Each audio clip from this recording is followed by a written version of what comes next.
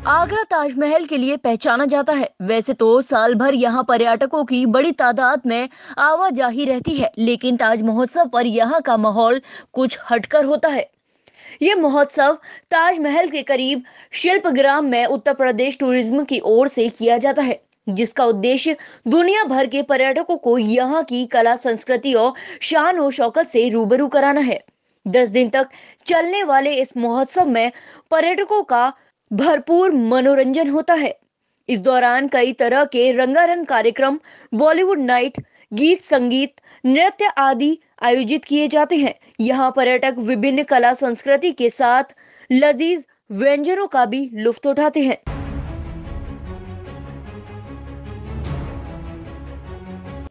हाजी Tahiruddin Tahir. Sir, आज के दिन ही ये 14-18 फरवरी है, ताज महोत्सव स्टार्ट होने वाला था। जी, तो वो ताज महोत्सव फेल हो गया, उसका क्या कहना है आपका? ताजमहल कैसे फेल हो गया? हमारा मुकद्दर फेल हो गया। इससे पहले 1 साल पूरे घर पे बैठे रहे कोरोना के चक्कर के अंदर।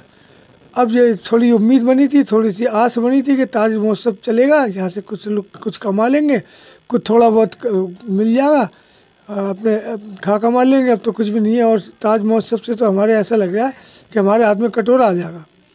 हमें किसी मतलब से कुछ फर्क नहीं पड़ रहा है, लेकिन ये है कि हमें टूरिस्ट एड को इतना फ़र्क पड़ रहा है। देखिए, ऑटो रिक्शा है, होटल्स हैं, गाइड हैं, फोटोग्राफर्स हैं, कन्वेंसर्स हैं, दुकानदार हैं, हाथ के कारीगर हैं, सब लोग मोहताज हो गए।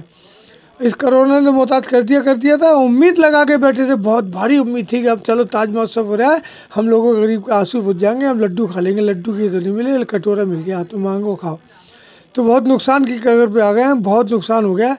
हो सकता है कुछ लोग तो हमारे कल परसों आपस में मीटिंग हुई थी, तो उसमें लोगों ने ये भी फैसला करा था कि हम इस काम को छोड़ देंगे। हमने इस कला को जीवित रखा हुआ है, अब इसको ख़त्म कर देंगे, ना ये रहेगा बाँस, ना रहेगी बाँसुरी। बहुत दिक्कत, बहुत परेशानियों का मुकाबला हम मज़दूरों को करना पड़ रहा है। हमने कभी जीवन में कभी इतना परेशानी और इतना दुख नहीं झेला। रोज़ी रोटी की मार इस टाइम हुई है। बड़े बड़े कर्फ्यू लग गए, बड़े बड़े दंगे हुए, बड़े बड़े फसाद हुए, कभी कोई परेशानी नहीं हुई, लेकिन इस टाइम जो अब बहुत परेशानी पैदा हुई है। बता दें कि उत्तर प्रदेश सरकार के टूरिज्म की तरफ से आयोजित किए जाने वाले ताज महोत्सव की शुरुआत 1992 में हुई थी। उसके बाद से हर साल 18 से 27 फरवरी के बीच ताज महोत्सव का आयोजन किया जाता है।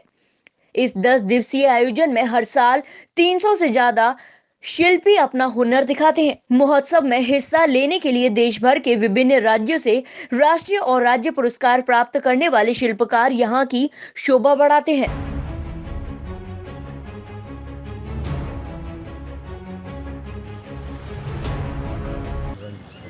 ऐसा ये तो जो कैंसिल किया गया है, तो उसको कोविड की वजह से कैंसिल किया है, कोरोना के देखते हुए कैंसिल किया। जिला प्रशासन ने अपना निर्णय लिया, मेरे हिसाब से सही निर्णय लिया गया है सही में।